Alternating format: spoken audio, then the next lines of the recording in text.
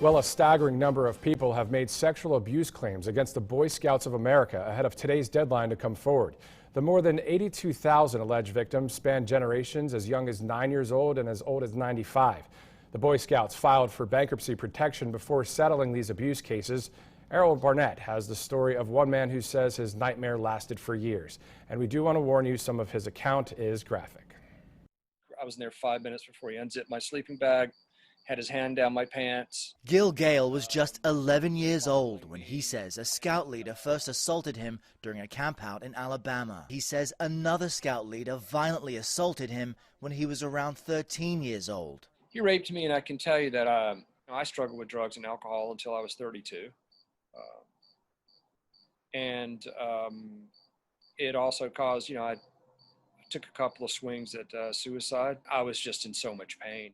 Gale is one of thousands who are currently accusing members of the Boy Scouts of America of sexual abuse. This may be the largest child sexual abuse scandal in certainly America and maybe the world.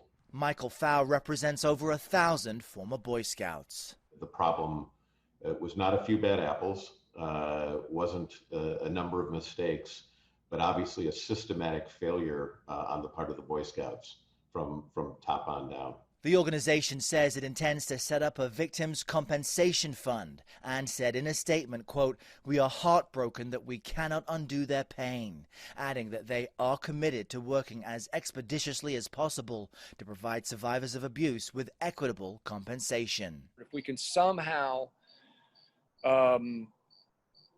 make the price the Boy Scouts pay so incredibly painful that systematic changes can happen that will ensure it never happens to anyone else, I think all 80,000 of us would settle for that. Now, Mr. Pfau and other attorneys we've spoken with say they expect to hear from yet more former Scouts, all of them with their own painful stories, before the end of the day. Monday is the filing deadline. Outside advisors will then review the 82,000 plus allegations, a process in and of itself which could take years. Errol Barnett, CBS News, New York.